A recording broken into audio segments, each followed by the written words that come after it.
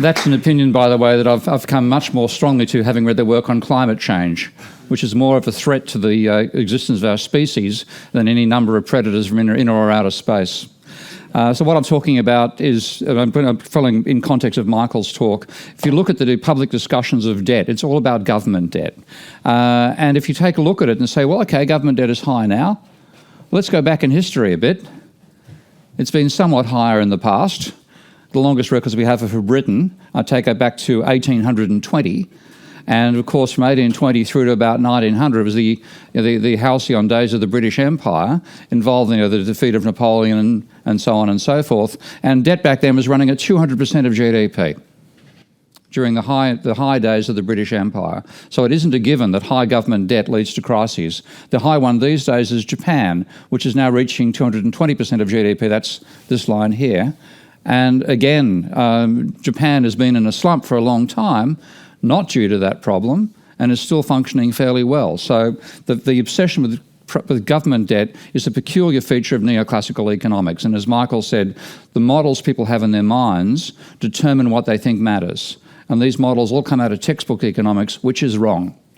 I want to show what else is an alternative. Now, if you look at the level of private debt, and I'm going the opposite direction for a good reason, the black line is America from 1830, and what you can see is that the level of private debt is far higher now than it's been even during the Great Depression, when that increase in debt was driven by deflation. From this period point on, private debt is actually falling.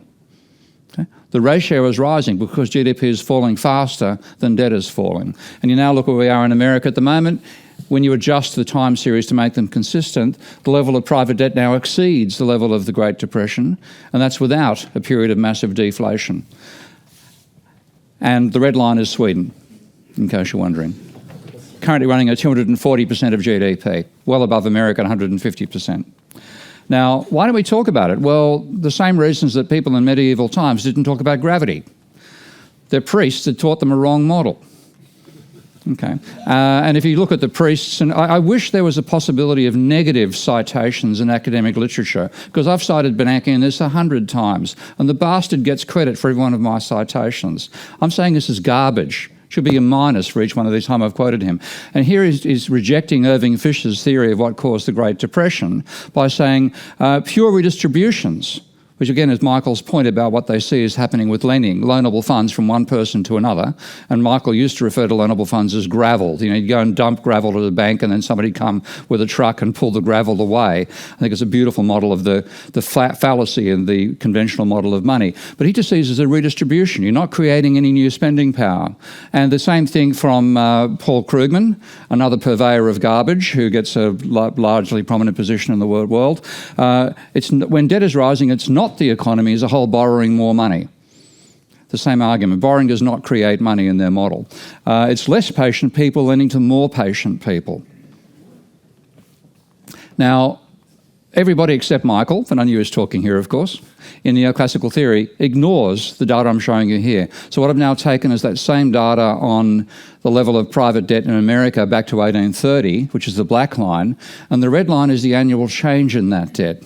Now, from the perspective we both have, the correct perspective, which central banks are now starting to share around the world, is that change in debt is equivalent to change in the money in your deposit accounts, which is credit.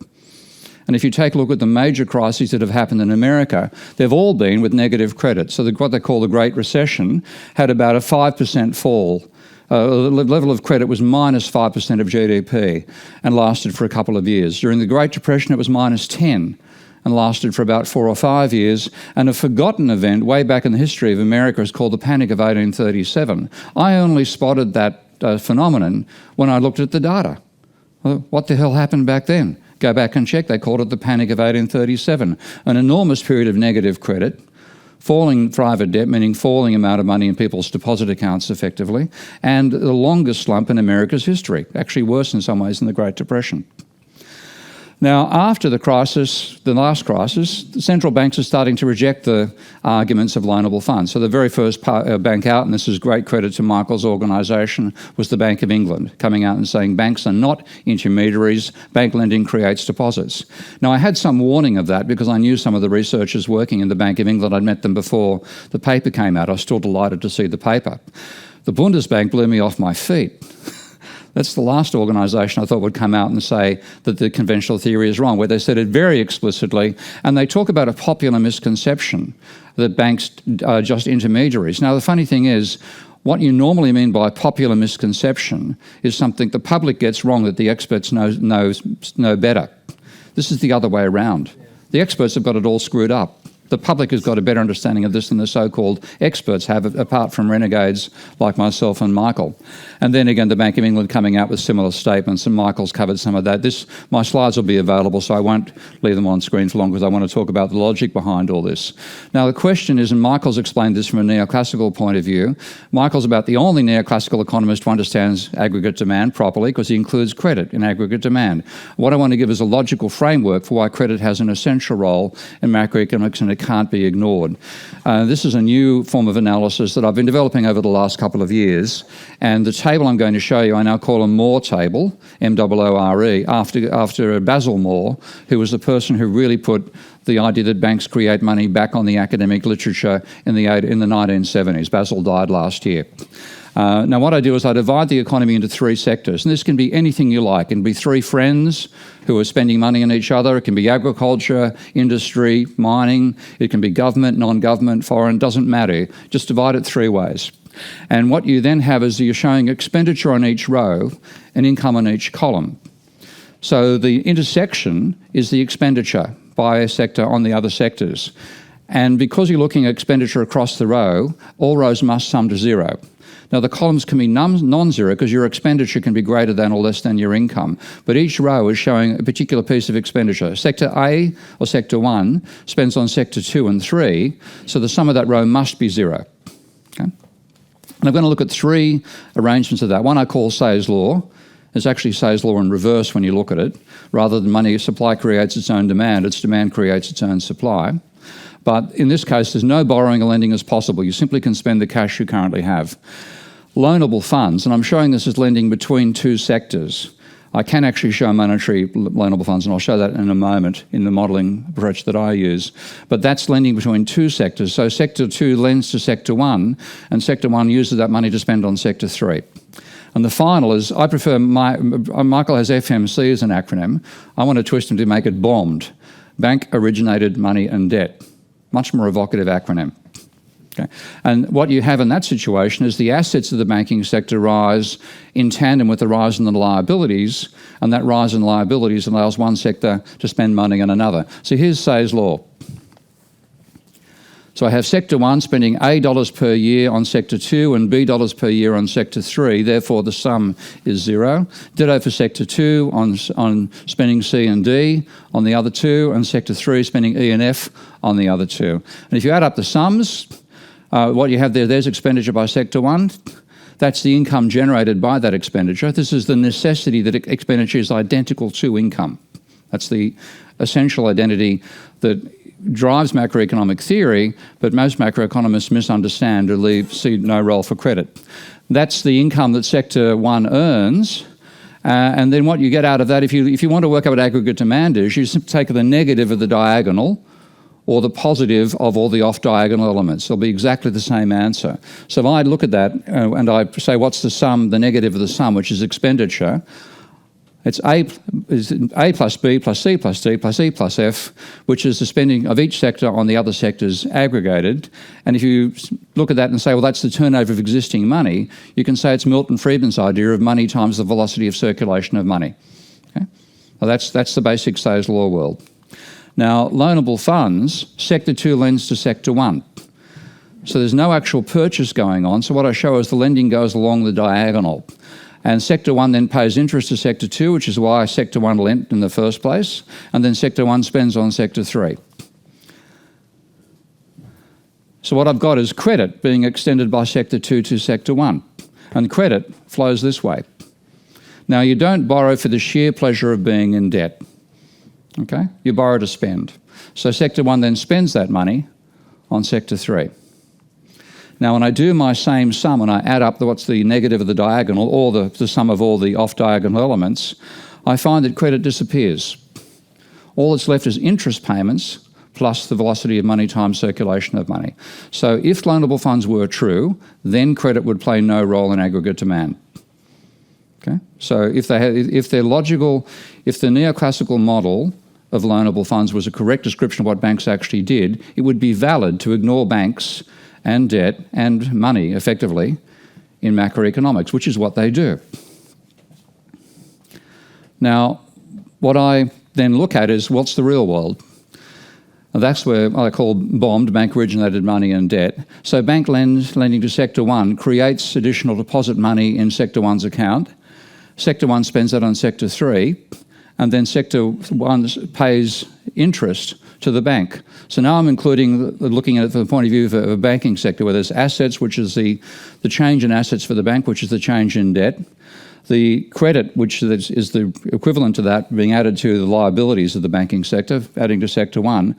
There's the credit creation, not the transfer anymore, but credit creation. And there's the expenditure of credit. And I sum up that diagonal. What I get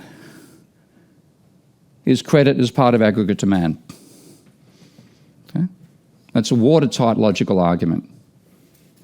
You have to simply deny that banks lend money to deny that argument, which neoclassical economists are quite capable of doing, as Michael's finding out when he presents this stuff at conventional economic conferences. But that's the real world. Credit doesn't cancel out. When you admit that banks create money, credit is part of aggregate demand and part of aggregate income. So you can't ignore banks. And also, as Michael also pointed out, credit is the most volatile part of aggregate demand. The banker can wake up in the morning, decide to lend more money, and bang, you get a 5% increase in demand in the economy that day. It's not quite that extreme, but it ain't far. So what I've developed a software package I called Minsky, named after Hyman Minsky, obviously, for doing nonlinear monetary modelling of capitalism and modelling of other systems as well. And I took a model that Krugman and Egerton put together of what they called a banking sector in the appendix to a paper of theirs in 2012. And what they had was the bank was an intermediary who arranged a loan between the consumer goods producing agent and the investment goods producing agent, and then charged a fee to the consumer goods producing agent for basically being an Ashley, what do they call it, Ashley Madison? You know, an introduction agency. That's what they see banks as. And when I put that together and simulate it, and I've got a slide of me making changes to this later, I can do dramatic changes to the level of debt to GDP. So there's a huge increase in the debt ratio here. Nothing much happens in terms of the level of economic growth or the GDP, tiny, tiny movements. And running a simulation for a couple of 100 years, you can ignore the banking sector completely. Huge changes in private debt, no changes in GDP worth speaking about. That's the conventional model. Now, it takes me about 30 seconds in Minsky to convert that to a model of bank-originated money and debt. And I've done a little movie of that on the slide after next. But once I've done the modification, what I find is that changes in debt have dramatic effects on the growth rate of the economy, dramatic effects on GDP, booms in credit cause booms in the economy, slumps in credit cause slumps in the economy. And just to show you, I hope I can actually bring this up on screen. Let's see if I can run a movie here. I've got to somehow activate that movie from here. Let's see if that's it there. Where are we? Trying to bring it up here, bring up the slideshow, not just the... Where's the slideshow? Slideshow. Yeah. No. Hang on. I don't think I can bring it up. Where is your slideshow? It should be showing as an application running here. Let's see. Introduction. I guess there it is. This one, I think. No, Nope. One more back. Okay. This is the one. All right, okay, you're running it in presentation mode. Right, okay. Okay, let's see if I can just click and run it. Let's see. I might have to give that a miss, I'm afraid, but what I can show is it takes me about 30 seconds to modify from one model to the other. So all I've got to change is the structural, and again, a bit like Michael did with his model, no changes in any parameters except how money is created, complete change in the nature of the system. So I'll have to give that a miss and talk about that later if you like using my own computer. Now what that means is, what Bernanke said has no significant macroeconomic impact blows macroeconomic data out of the water. This is the correlation of credit, which is the red line, to unemployment, the blue line, in America for the last 30 years. And what they say has a zero correlation, or what they're implying you would find a correlation close to zero, has a correlation coefficient of minus 0.85. That's slightly different to zero. Okay?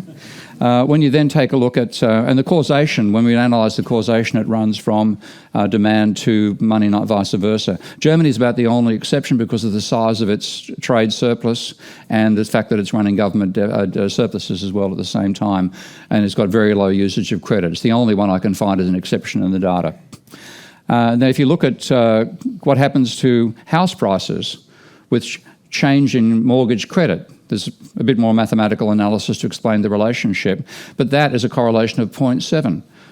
Rising levels of new mortgages cause rising levels of house prices and vice versa.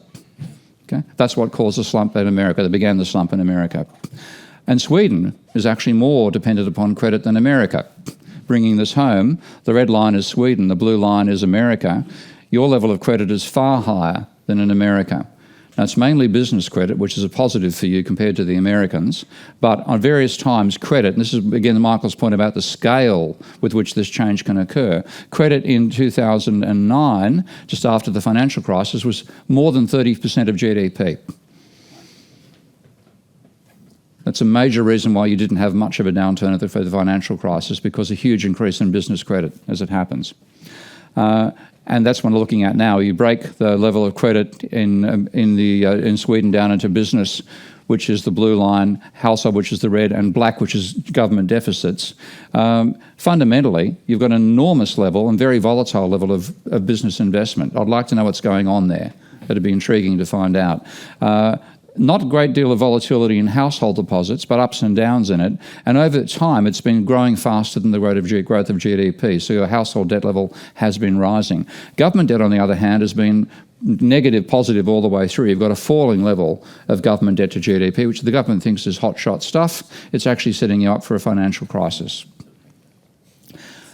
And when you look at the level of credit, you compare the two countries, then you have got a level of government debt which is lower. This is America's. That's what the politicians and the mainstream economists obsess about, the black line, and they think it look pretty good compared to America on that front. What they ignore is the blue and the red line. Now you can see you've got level of corporate debt in Sweden is about 2.5 to 3 times the American level. Sweden's over this side, America over here, and household debt in America now exceeds the level that is in Sweden now exceeds the level in America. And you look at what this is doing to your unemployment relationship. It's not as strong as the American case because you were, for a long time, much more export-driven economy than they are. But you find a fairly similar, not as strong a correlation, but it's still there, of minus 0.52 between credit, the annual change in private debt, and the unemployment rate. And I take a look at the housing level, you've got much the same relationship as America, more volatile again. This is looking at your house price index versus the level of household debt. Now you've had a dramatic increase in household prices. It's gone from an index value of 70 here to 240, so more than treble since 1995, particularly after the financial crisis, a massive acceleration in it. Now, if you look at this data for America, you'll find looks like it's going, household debt's going up at some times, household prices are falling. It's hard to find a relationship between the two. What is actually going on is a relationship between change in new mortgages and change in house prices. When I do the correlation after 2000, from 2000 on, the correlation is 0.7, which again is massive. So your house prices are driven by banks lending too much money for housing, fundamentally. That's what's causing the bubble. So that's the perspectives are very, very overlapping with Michael in terms of the analysis of credit and the role of it in the economy and why mainstream is wrong. I'm developing a different approach to modelling the economy using a package called Minsky, a program I've designed, which is open source. I'm now, looks like I'm getting substantial funding to improve it, but I want more backing for that sort of work. We're now releasing Minsky is free, open source, but we're now putting the compiled versions on a Patreon page. I have one as well, and what I want is people to support that to get the program developed further, because quality research in economics is not done by the mainstream. It's done by people who aren't funded outside the mainstream, including me. We need more funds to get this done properly. So to show you how far this model has gone, again, if I had my own computer running, I'd run this model for you. That's a very ugly but very effective model, monetary model of the Portuguese economy, done by one of my PhD students, which models the Portuguese economy more accurately than the Reserve Bank does, the Central Bank does of Portugal, or the Treasury. Why? Because they're using models that ignore money and credit. We're not. Simple as that. And to see more, you can go to my website on Patreon, and there's also now a website for Minsky, which is where we distribute the new versions and so on. So if we need new thought in economics, it ain't going to come from the mainstream. It's not going to come from the universities. It has to come from rebels like myself and Michael and from the public. Thank you.